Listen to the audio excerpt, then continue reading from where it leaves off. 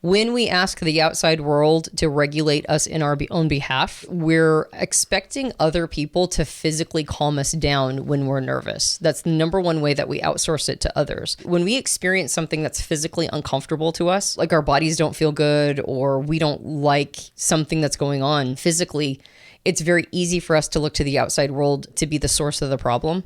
That would be an example of unhealthy co-regulation. We're looking to the outside world to solve it for us.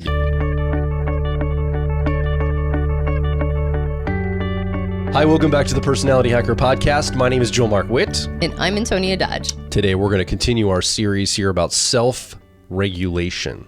We introduced the concept on the last episode.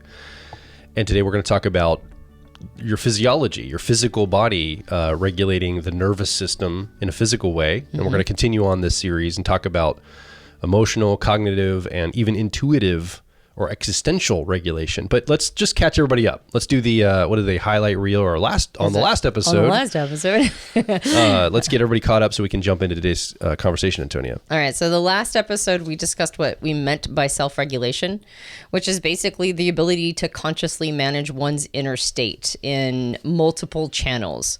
We discussed how there's 4 primary channels of self-regulation, which are, you just mentioned, I think, did you just mention them? I don't know. Yes, I did. Okay. So you just mentioned them, but one is physiological or somatic or nervous system. One is cognitive, our thoughts. One is our feelings or emotions. And then the final one, as you just mentioned, is existential.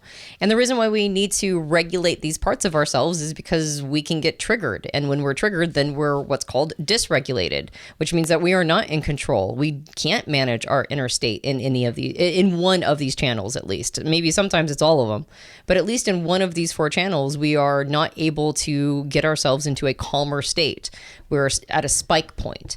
And when that happens, then oftentimes, well, we have a choice.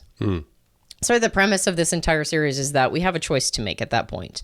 We can either get ourselves back into regulation, which is called self-regulating, managing our emotional, cognitive, somatic, or intuitive experience.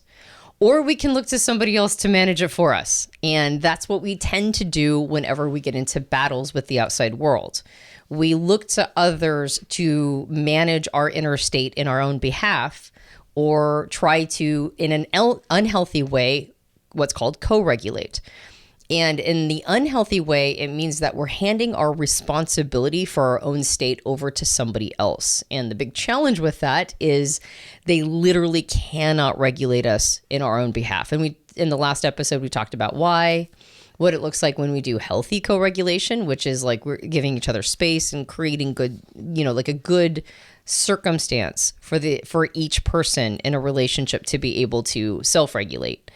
But when we're looking to other people, our partners, our family members, our friends, or just people in general to manage our state for us, then oftentimes we find ourselves basically at the effect of life. This might be part of what, the concept of being at cause or at effect of life. This is a big part of being at effect. We find ourselves triggered. We find ourselves in these spiral up spike points. And we don't know what to do about it. And nobody else seems to be regulating us in our behalf. And so now we're just in a terrible way.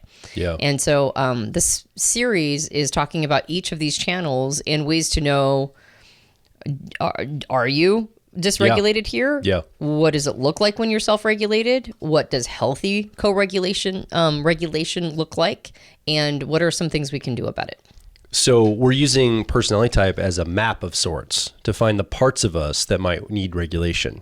And I think we can think about personality type as a typology system, but we're also using it as a topology system to locate the parts of ourselves that might need the regulation. And they're not all equal. Like I might be good at regulating some parts of myself, but have a challenge in others. And that's the premise that we're coming from as well. And if you're tuning in and you're listening or watching, be tracking, okay, is this an area of my life that, I have a difficulty in regulation, or man, I've got this one down, but I've got another part of my life.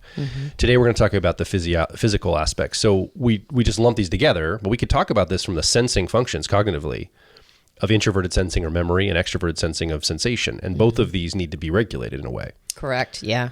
And we also mentioned in the last episode that sometimes we think we're regulated when we're actually just completely ignoring this part of ourselves. Suppressing or reducing it to nothing. That's right. Not paying attention, etc. And that's not really us knowing how to self-regulate. It's us knowing how to neglect an aspect. And we don't know that we need self-regulation or the ability to, or building the skill of it until the world throws something at us that forces us into the space, and then we realize how impotent we really are, like how at the mercy of the world we really are. So I'm going to give a secret out right now about people that work with us. They have back chatter. They have like this like thing that they all talk about when they work with us. They say, if you go to Joel and Antonia's studio or house and you work with them for like a few days, you don't get fed. You don't get to eat. Nobody feeds you. You're starving to death. It's like this like running joke in the background. A bit of a reputation. Well, it makes me think like part of it is just we work very differently than most people. We have a different kind of cadence. Yeah. I grew up not needing a lot of food all day to just operate. I needed very little food to operate. I could go for long hours and forget I was even hungry. And it was not a problem for like the first 30 some years of my life. But in the last 10 years, I've all of a sudden had, and I'm still contending with it, I'll get hangry. Like I won't eat all day. It'll be like 5 o'clock in the afternoon. I'm like, why am I so irritable? And I'm like snapping at people. And you're like, well, you need to eat. I'm like, really? No, I don't. And I'll like push you away. But basically, I'm not regulating my intake of food and sustenance throughout my day. And then I get grumpy later. And then I expect the outside world to handle this for me. And it's a bad cycle sometimes. Yeah. So I make the joke about our team saying that we do feed people, but it's kind of a joke because sometimes we just miss meals, particularly me. If I don't think about it, if I'm not hungry, I'm not thinking about it for somebody else. Yeah. And we're just often very busy. But that's something like that's one of those examples where I didn't even, it wasn't that I was regulating it. It was, I didn't even think it was a problem. It was a channel I wasn't paying attention to. So it was easy for me to say, why do you have to stop and eat? Regulate. Why are you hangry? If somebody would get hangry and like snap at me, you can manage your emotions around this. Why are you upset just because you haven't eaten? Like it wasn't a problem. And all of a sudden it's a problem. Now I understand. I have empathy for people that like struggle here. I'm like, okay, I deal with it too now, but for a while I didn't. So to your point, sometimes we think we are good at regulating something when we just haven't been paying attention. Yeah. We're not feeling the consequences of not regulating. Yeah. Yeah. That's pretty common. All right. So let's define our term, shall we? Yes. All right. So what do we mean by physiological or somatic regulation? We're talking about managing bodily states, particularly the nervous system's responses to arousal, tension, heart rate, and breath patterns to maintain physical equilibrium. So self-regulation means that we are able to keep our central nervous system centered, that it's not acting impulsively, or we're not necessarily afraid of or ignoring or neglecting our physical needs. It also means that we are able to, to kind of control our body's responses in moments that might be high stakes. So an example of self-regulation or regulation in the soma is like before you give a presentation, you feel nerves, but you use breathing exercises to calm your body and stay grounded while speaking. So this would be an example of self-regulating the nervous system in a high-stakes environment, in a moment, right? An example of dysregulation in the soma is before giving a speech, a person's hands tremble uncontrollably, their chest tightens, and they feel like they might faint, even if their thoughts are relatively calm. So it's like, I don't think I'm nervous, but now I'm pitting out. My palms are all sweaty. I am having heart palpitations. And so that would be a dysregulated somatic response to the same thing. I would think substance would come in here a lot. The things we eat, like high sugars, certain things we eat, alcohol, marijuana, cannabis, other substances. My guess, like it's no surprise to me with people. We talked about this in the last episode. A lot of people have a hard time regulating themselves these days. It's not a surprise to me that cannabis is like very much desired in a lot of, at least here in America and a lot of the states, probably to attempt to regulate the physical anxieties and physical things that people like literally slow the heart rate down and just feel more calm. Opiates, like people, prescription opiates or other medicines, inhibitors and all these things. It's an attempt to physically regulate a lot of these physical states or stimulate them sometimes, like caffeine or even harder, drugs people, maybe Adderall or something that people use to bring their state up or down physically and be engaged or focused. Seems to be we use medicine a lot in this category for regulation. Yep. Yeah, I would agree with that. And I think regulating our soma becomes more difficult in the contemporary world as well because of, say, backlights, and that our brains get all weirded out with them, and our sleep patterns get really thrown off. And so we do tend to use a lot of, chemicals and, inhibitors and that kind of thing in order to offset what is basically a synthetic environment. Right. So the example of getting on stage, that's almost like a triage. That's a moment. Mm-hmm. But there's this maintenance, we talked about in the last episode, this idea of maintenancing something as well. And maybe that's diet, exercise, mm-hmm. sleep habits.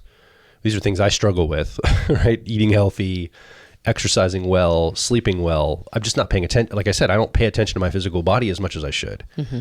Yeah. Because I'm more intuitively wired. So it's just like way down there and paying attention to. Well, I'm glad you mentioned that because there's two different, not channels, but like two different ways that we need to be thinking about self-regulation in the soma, or in all of them.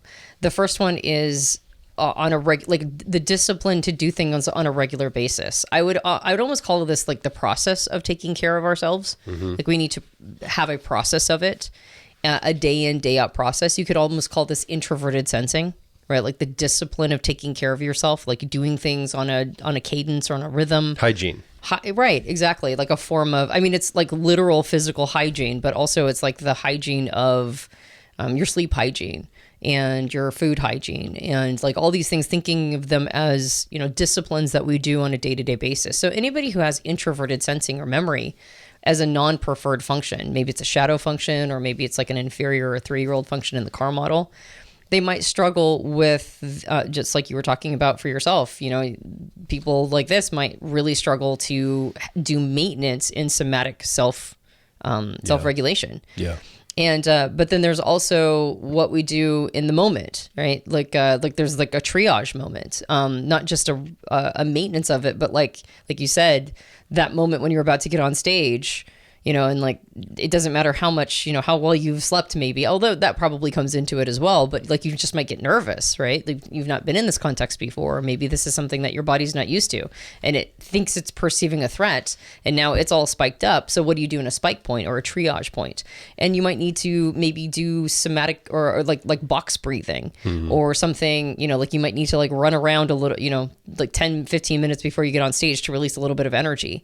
And you could call that maybe extroverted sensing. Right? Like kind of getting present to the moment and tuning into textures and sights and smells and sounds and kind of like grounding yourself in the moment of the real. Because your body's freaking out. It's perceiving a threat that doesn't exist.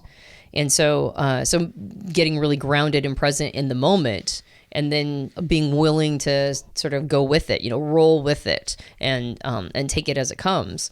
That might be more attunement to extroverted sensing.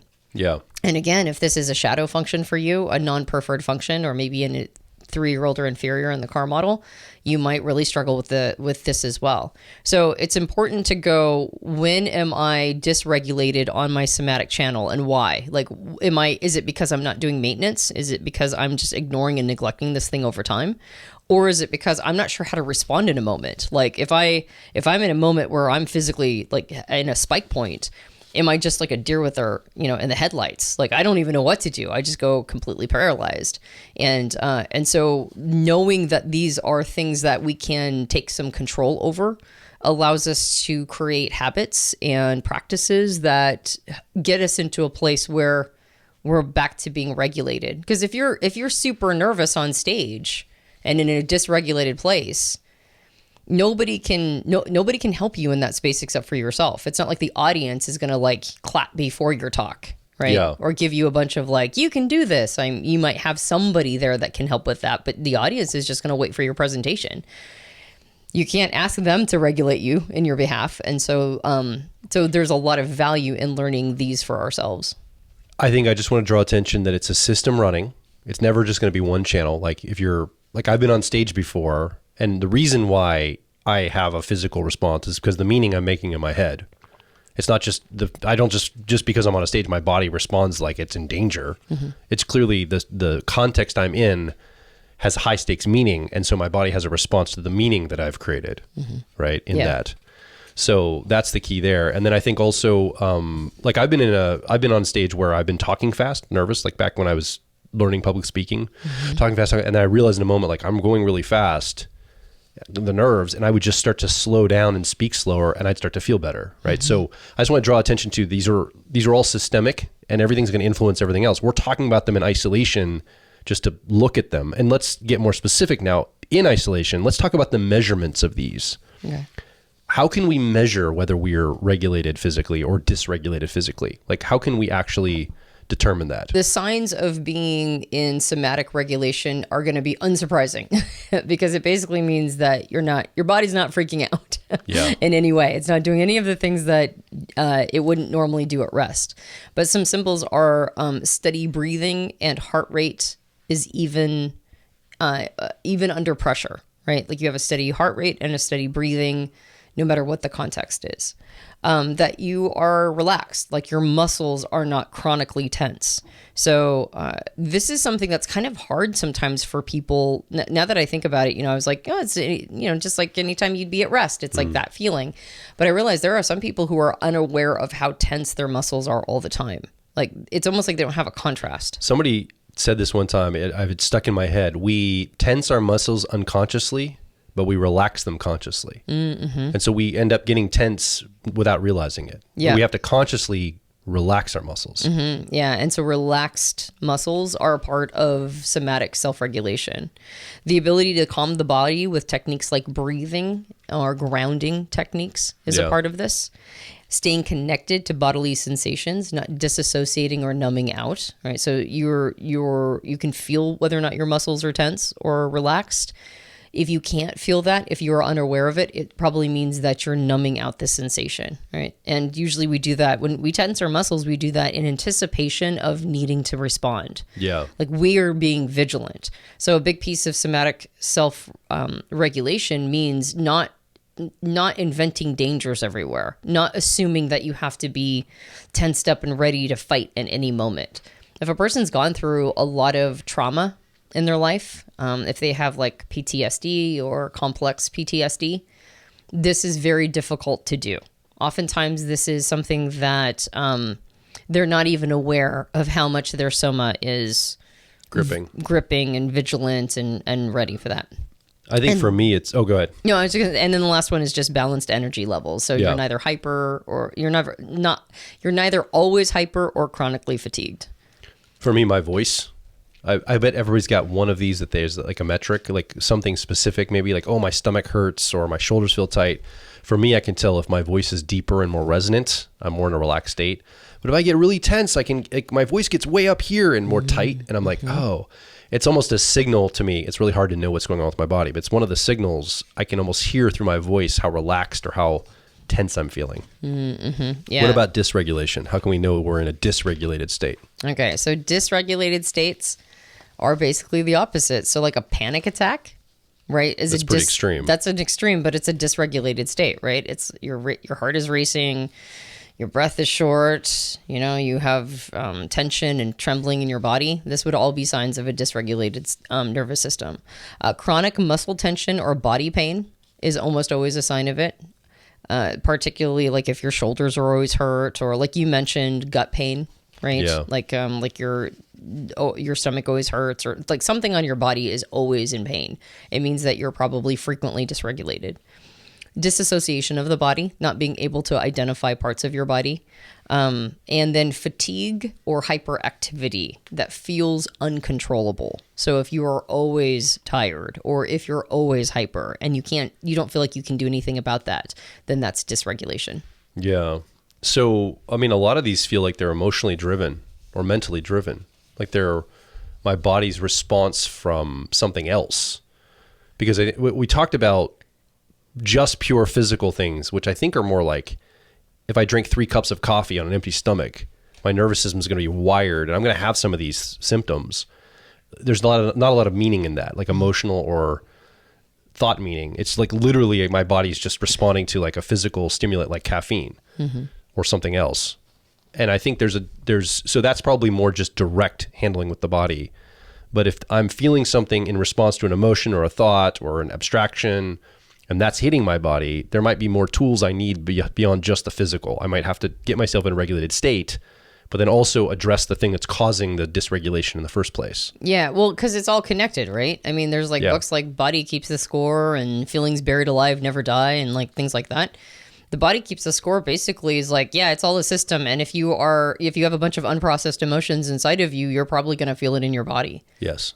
So these are like they're all connected. And that's why functions are so helpful as a topography, because we know they're connected inside of us. All of these parts are. Yeah. So the thing I'm marking right now to remember is when we get to like the emotional regulation in a future episode, or abstraction, or even a thought regulation, we might talk about how there's physical responses to that, and you can use your body to help manage those states potentially. Yeah. So like emotion can cause physicality, but I guess when I say the 3 cups of coffee, I can be shaking, but that can also now have me feel emotions I wouldn't have felt had I not drank those 3 cups of coffee in an empty stomach. That's right. Emotions can make the body feel a certain way, but the body can make emotions feel a certain way. But we don't think about that as Western humans. We're like, oh no, that doesn't, no, that can't be it. Like when somebody stayed up all night, they drank a ton of coffee on an empty stomach. They're like, that's not what's going on. We dismiss it, right? There's so many people, you read this thing. It's like somebody said, if you're dealing with depression, you're dealing with all these aspects of your life, depression, you're having down thoughts, you're like, they said, go get 6-pack abs, like, or go get some healthy sleep and eat healthy and do that for like 3 weeks and then tell me how you feel. Yeah.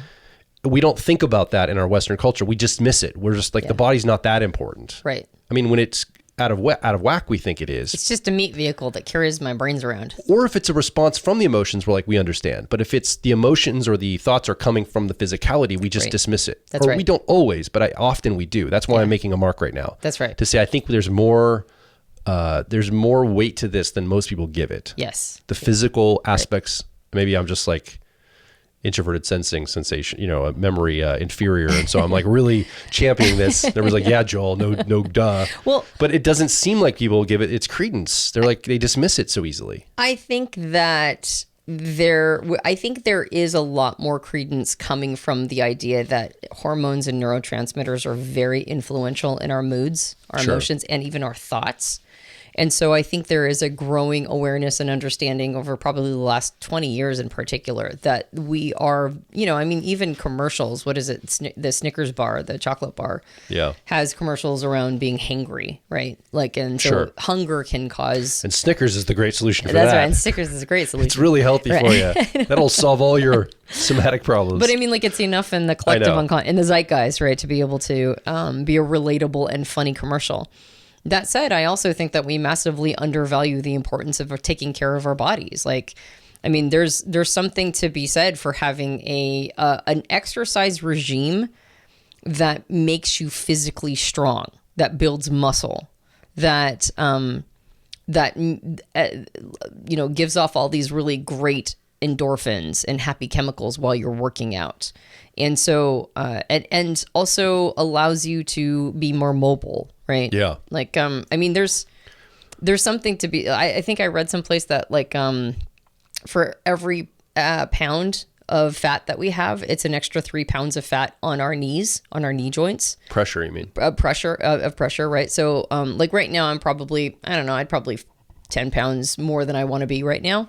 And one of the things I always have to remember is like, that's 30 extra pounds of pressure on my knees. Right. Yeah. And so then when I do a long walk and I'm like, oh, my knees kind of hurt. I'm like, well, I'm responsible for that. Like I can be doing something about that, which, I'm involved in right now. But it's like, then when I go do that, when I go honor my knees and honor my body and go work out, and then I'm like, oh yeah. And then also I feel really good.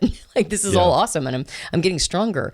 And I think we have to some extent separated our response. Like we don't want to feel personally responsible for those things. Like we kind of want them to be happening to us. And I think to your point, what you're talking about is this is part of the, we're looking to the outside world to regulate us in our behalf.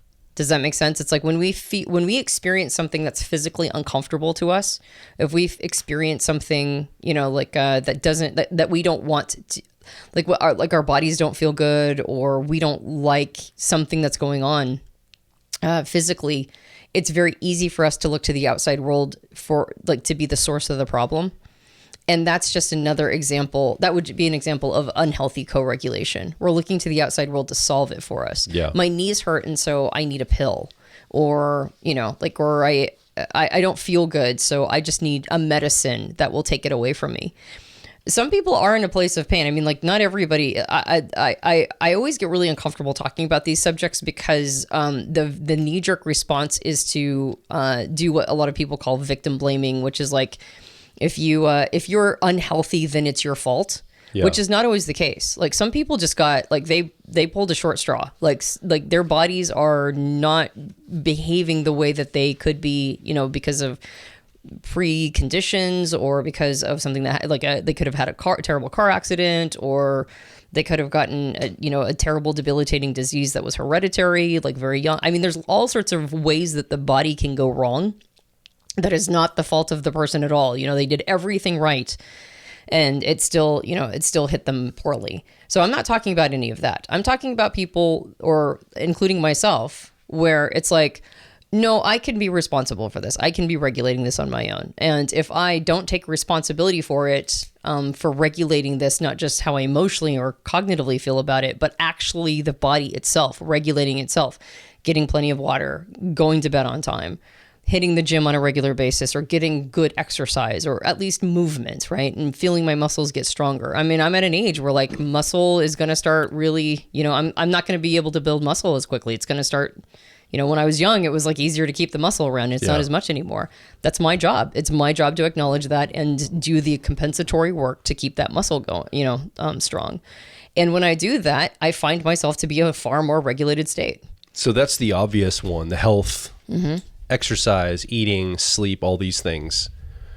How much does persona come in here? Because I'm thinking about, like, if I dress up nicely, I went to a college where I had to work a shirt and tie every day, tucked in shirt, like a whole nice outfit, almost a suit to school, to class every day. And people are like, what are you, from the 1940s? It felt like it. Yeah. So I had to dress up, but I remember feeling more professional. I felt more serious. I felt like my physicality, like, I took things more serious in a meaningful way, but I actually like my physical self, it's hard to explain, but it felt more professional, more serious, more with it. I felt good physically being dressed up nice. And even now, if we go out to a nice, we went to like a really nice event in Washington, D.C. recently, and I dressed up nice for it, and you did too. And I liked it. I, like, physically liked it. Like, it had emotional and meaning to it, but it also physically felt good to be in a, like, nicer fitting clothing and, like, nice shoes. And I felt confident walking. I felt really good about myself, and and everybody else is dressed up nice too.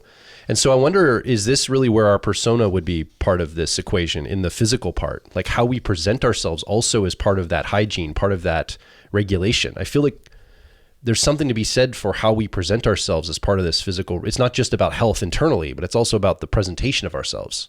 Well, I think if we're going to use cognitive functions as a topography or as a map to see some of this, extroverted sensing or sensation is attuned to how it's presenting itself. Yeah. Right. Like how other people are responding to it, like the experience itself, I mean, I would say that part of regulation, the maintenance of it, is putting yourself in situations that are pleasurable.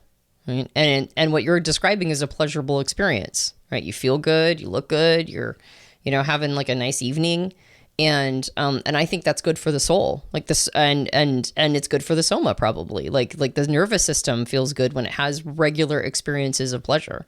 So I could see that as being part of the maintenance of self-regulation. Yeah. And I've noticed that people that struggle maybe with even the emotional or the physical, it feels like they might struggle with the persona part too. Like like if you're wearing like flip-flops and pajama bottoms and you're going out into the world that way, I don't judge that as like a moral judgment of like, you're a bad and wrong person. But I say maybe like, and maybe it's appropriate for the context you're in. I don't know. But there's something to be, that I've noticed that the people that I see in that style of dress often also, I've noticed, have challenge in other regulation, regulation, like somatic and emotional and Yeah. thought regulation too. So I'm Yeah. like, I wonder if there's something around our persona that helps us with Right. this, not just the physical, like take care of my body, but also the presentation of my body. So Yeah. I don't want to explore that too much. I don't want to make this a huge, long, rambly episode. So Well, and it's a chicken or egg scenario. It's like, am I wearing pajamas to Walmart because I'm not taking care of myself, or is wearing pajamas to Walmart is it a symptom or is it kind of a cause? Like, I'm not paying attention to any of that. I would actually say that that's, we talked about before. It's like sometimes we don't know we need regulation because we're actually being neglectful of this area. Yeah. And I think what you're talking about is neglect. yeah. Right? It's like I'm not paying attention to any of that. I'm not eating good food. I'm not paying attention to my health. I'm not making sure that I'm, if I'm exercising, it's incidental. It's not with intention. Self-regulation is like intentional, right? It's intentional grounding. It's an intentional management or maintenance of your nervous system, which is connected to all of these other things. So, so I would say that that's just a symbol of like general somatic neglect. Yeah. Okay. right. So let's talk about the outsourcing of this. If this is an inner game, how are we as humans, how can it go off the rails? Let's just say it that way. Yeah. Okay. So, when we ask the outside world to regulate us in our own behalf, oftentimes we're expecting other people to physically calm us down when we're nervous. That's the number one way that we outsource it to others. So needing a lot of hugs, needing a lot of sort of physical closeness, and needing other people to intervene when we have high stress in our life. Hugs and drugs. Say it that way. Exactly. I need hugs and drugs. Keep going. And I mean, obviously, when we're in a partnership, like if we have somebody in our life that feels that, it can be like a healthy co-regulation, which it's like, sometimes you just need the closeness of your partner to feel good. But if you can't sleep unless your partner is next to you, right? That would be an example of outsourcing self-regulation to somebody else, right? Like I can't sleep when they're not there. Well, then that means that they are somatically regulating you, like their closeness is. So, so we want to make sure that we're bringing it in-house. It's like, it's really nice when my partner is there, and I like when my partner is there, and so I can, lay next to them and fall asleep. But if what if they're just not there anymore? Like not just for a night, but like ever again, right? For whatever reason. Yeah. Then where are you at? Now your way to calm your nervous system down is no longer available. So what are you going to do? Well, now you have to self-regulate, or you'll jump into another relationship almost immediately. Yeah. Because it might not even have been about the person. It might be just, I need somebody in order to sleep next to me, in order to regulate myself to fall asleep. And this is the classic battle with like moms who are like, no co-sleeping versus no crib training. Right. One side's like, no, I'm going to co-regulate with my child as a young child. The other one, their belief is that the child should regulate themselves. Mm-hmm.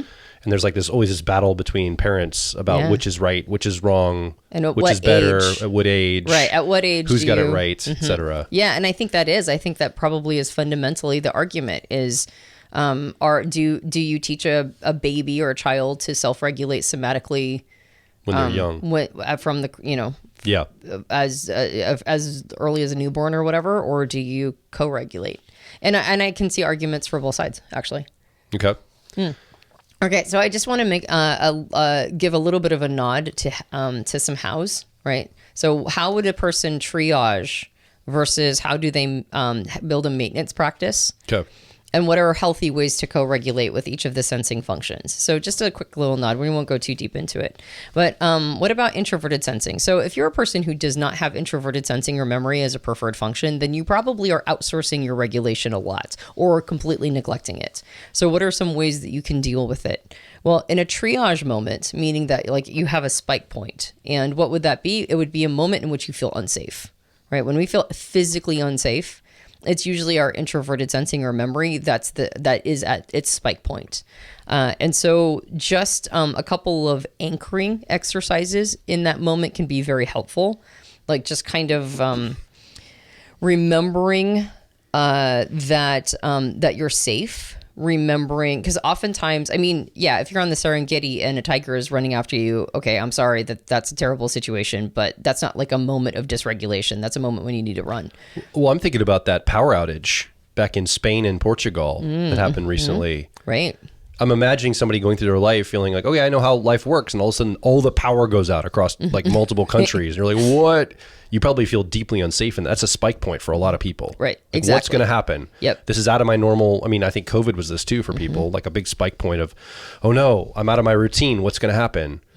And so that's the kind of moment we're talking about. Yeah, where you're not actually physically in danger in that moment, but you are feeling unsettled. Yeah. And so there are anchoring practices you can do that therapists recommend, which are things like just remind yourself of what you know, right? And this isn't a very introverted sensing or memory. It's like, I know how to make tea. I know what my favorite blanket is, right? Like I know, like you just kind of go back and anchor yourself to the things that are known. I know that I'm in a relationship with my husband, right? I know that I have a child. I know, like you're just kind of anchoring to what is known because it's the unknown that's causing you to spike up. As a maintenance practice, it's building grounding rituals, and it could just even be things like eating food at the same time every day. Like we have a grounding ritual every day with the family where we eat a meal as a family. Most of the time it's dinner, sometimes it's breakfast, but we try to eat a meal with the family every single day as a routine, as a ritual that grounds us. We do breath work with Piper and sometimes the boys when they're here to calm ourselves down at night before we go to bed. Like breath, and we talk about our day and then we close out the day. Yeah. That would be another example of introverted sensing memory. Like a bedtime routine, right? Yeah. We do some stretching and we do some breath work and then we go to bed. Yep, exactly. So that's a maintenance practice for introverted sensing so that you can just kind of go like, this is an important thing. And remember, every time when you choose not to do a maintenance practice for self-regulation, it just means that you have less resource in a spike point. Yeah. It just means that when you get to a moment of dysregulation, the triage is much worse, right? It's much more difficult to calm yourself down because you haven't been training yourself how to do it, right? You don't have anything to pull on. So I highly recommend, no matter what personality type you are, no matter how difficult introverted sensing or memory is, you still have a ritual, like these rituals you do every day, and you do them with intention, right? Like a bedtime ritual you do with intention. You don't just go, oh, I brush my teeth and I wash my face and I go to bed, right? And I watch something and fall asleep. It's like, no, you do stretching, maybe some breathing, right? Maybe say a prayer if that suits you, or something to that effect that is grounding, so that when you get to a spike point, you have a lot more to lean on. And then as far as co-regulation, these would be like eating as a family, right? Like you mentioned, the things that we were doing. I mean, you can do them for yourself and you can do them with the other people in your life. Or something like, every Thursday we go on a walk together, right? Like you and I as a married couple, like every Thursday we go for a walk, something to that effect, where you just kind of know that you can rely on. Hey, in our neighborhood, most of our neighbors are walking around this neighborhood all the time. It's true. It's actually it encourages me to go for more walks. But I see the same people at the same time, because my office window kind of faces onto the sidewalk area. And the same people around the same time of day, every single day, are walking past my window. And I'm like, that's probably their grounding practice. That's right. Of self-regulation in a physical way. Or co-regulation. Yeah. With another person. Yeah, fabulous. Okay. And so on the other side, extroverted sensing or sensation. Even if you're a person, actually, especially if you're a person where this is not a preferred function, you're going to have a tendency to neglect it. But there is going to be a moment when you have a spike point, right? And you're dysregulated in your soma, and extroverted sensing or sensation is the right tool for the job. So in those triage moments, box breathing is really good. And in fact, a lot of breathing techniques, breath work can, like, because it gets you into your body really fast and connects you to the moment. And then also another sort of recommendation that therapists will give is things called like a noticing exercise, where you notice, 5 things that you can see, 4 things you can touch, 3 things you can hear, right? 2 things you can smell, and you just kind of count backwards of all the sensations that you're taking in. And that's, again, a grounding exercise to kind of remind you that even if you're feeling agitated, you still are in touch with reality. You can also do things like basically like anchoring exercises where you press your feet into the ground, right? And remind yourself that your physical presence here. And then also, like, what can I feel right now? What do I know to be true right now? These are triage moments. You have a heavy blanket, like a weighted blanket. Weighted blankets are great. That also could be very helpful for grounding. Okay. These are good. These are good principles. For maintenance, it's regularly being mindful of movement. So whether or not it's like dancing, running, playing physically, like doing a sport, hitting the gym, tuning into your body senses and tuning into your body's capacities. Like basically it's like reflecting back what you're capable of. Yeah. And that is actually quite, in a moment of spike point, it's like if you've built some self-confidence in your body, then those spike points tend to be a little less, intense. Sometimes I do things in slow motion for like 5 minutes just to it just gives you a different perspective of your sensory. If you do something in like really slow, like very mindfully and slow, you do an activity, I think it tunes me into my sensing. Probably because you move so quickly otherwise. Yeah. And you're so like just moving automatically. And so slowing everything down forces some mindfulness. Intentionality. Totally.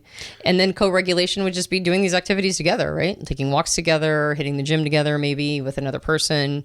We, like you said, in the evening, we do breath work together and stretches together as a family. And I think that hits both channels, both the introverted sensing discipline of it, the regular routine of it, but it also hits the physical stretching and the breathing. And so we're getting very grounded in both of those sensing channels. Yeah. Anything else we need to land on this before we wrap up? No, just a reminder that the only person that can regulate you is you, right? And so you can look to the outside world, but the healthy co-regulation means that you're actually giving each other space to regulate yourself. Right. It's like self-regulation together. That's co-regulation. The unhealthy is handing that over to somebody else. So the next time you feel physically anxious, nervous, you find yourself tense. If you find yourself to be a tense person all the time anyway, right? Like your muscles are always tense. It means that on some level, you're hoping somebody will come do this for you. And unfortunately, it just can't happen. Like nobody can regulate your soma other than you. You're the buck stops with you. So forming practices, having a daily discipline around it, doing it consciously, even if it's really hard. Like I mean, I'm sensing inferior, right? I have introverted sensing memory as an inferior 3-year-old function.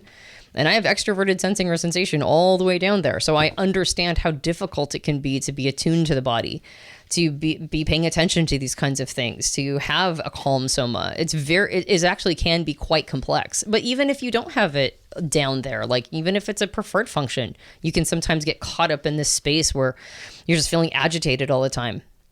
Nobody can do anything but you about that. Like the buck stops with you. You're the only person who can truly self-regulate. So I encourage everybody listening to take it on, to not marginalize its importance, not kick the can into the future, but go, okay, no, I'm going to take this seriously. And what are the advantages to self-regulation? Well, you're not all anxious and like jittery all the time. You're doing something that actually, I mean, like basically I see it particularly in the somatic channel.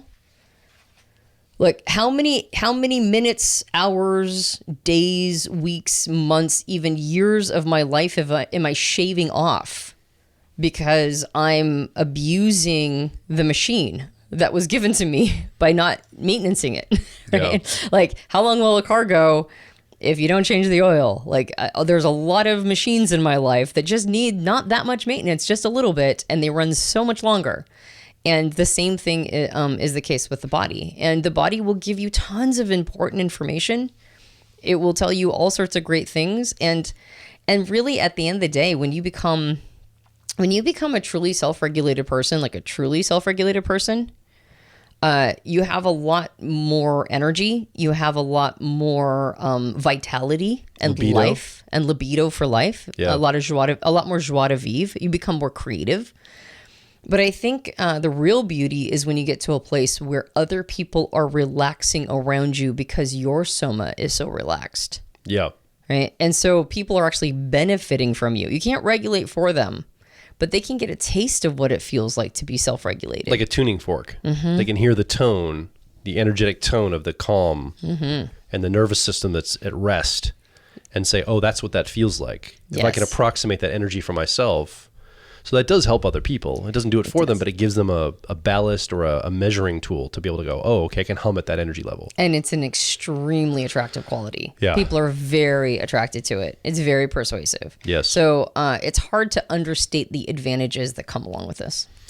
So I think one of the benefits in personality types, it gives us a topography to find these aspects of ourselves. And we actually have a program called Personality Life Path that helps you basically identify which parts of your life based on your personality, because we have all of these 8 parts running all the time, but our personality will tell us which ones we're paying attention to, which ones we're uncertain of, and which ones we can use as a translator for all the other parts. So the Personality Life Path goes through 8 weeks and tries to identify, the first 2 weeks actually identify the parts of us that are sensory, extroverted sensing sensation, and week 2 we talk about introverted sensing memory. And I've noticed that week 2, I don't know if this has not been the case yet for all the classes we've run, is the most emotional and the most profound week from my standpoint, watching people go through an experience of identifying some of the things that they need to regulate more or process. Yeah. It's like really profound for people. So if you're having a hard time locating where this is inside of your personality, or you'd like to do an audit, I would recommend the Personality Life Path, because I think that's a great way to, and throughout the rest of the series too, as we talk about each one of these areas, you get a map, a systems map of your life and how it's running and what things need to be regulated, what things are working well. Because nobody's a complete mess. We all have stuff. We have stuff that's going well for us, right? And you can use some of the strength and the good parts to help regulate some of the parts of us that need a little bit more help. That's kind of what personality theory helps me with, at least, is understanding how to do that for myself. But we have to have a map for it. So I recommend heading over to personalityhacker.com, checking out our Personality Life Path mentorship program.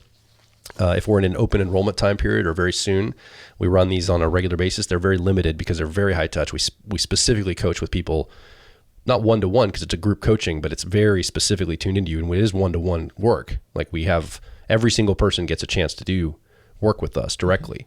And then we end with a live event to connect it all and create the path going forward. So I can't recommend that more highly. If you're somebody this is resonating with you, what we're talking about, and you'd like to do some work around this, go check out that program. I think it's the best program to start with. And while you're at personalityhacker.com, checking out the Personality Life Path, directly below this episode, leave a comment, ask a question, or more importantly, share your story. What's coming up for you as we talk about this regulation, this aspect in the physical world, in your soma? Is it something you've struggled with? Is it something you've unlocked? Is it something you're very competent in and you know how to do for yourself? I think Dr. Dario Nardi, our friend Dario, he's really good at like physical. He can really, he has yoga practices and physicality. And he also has INTJ preferences. He has sensing way down there as well. Yep. And he's taught me a lot about physical. The INJs teach me a lot about really weirdly enough, physical regulation on because they've had to figure it out for themselves. I think. But he's got a lot of cool practices too. We also have that Jung on Yoga program with him that talks a lot about physical regulation in your body through the senses as well. Yep. So head over to personalityhacker.com and make a comment. And if you enjoyed the podcast, you can subscribe to us on Apple Podcasts and various Android platforms. If you leave a rating and a review on Apple Podcasts, well, I read every single one, and it's a little bit of an adrenaline shot to the heart to keep going. So I'd very much appreciate it. You might be watching us on YouTube. We have a YouTube podcast, video podcast. And if you are, you can subscribe, and hit the bell for future episodes that come out. And you can also leave a comment underneath this video. My name is Joel Mark Witt. And I'm Antonia Dodge. And we'll talk with you on the next Personality Hacker podcast.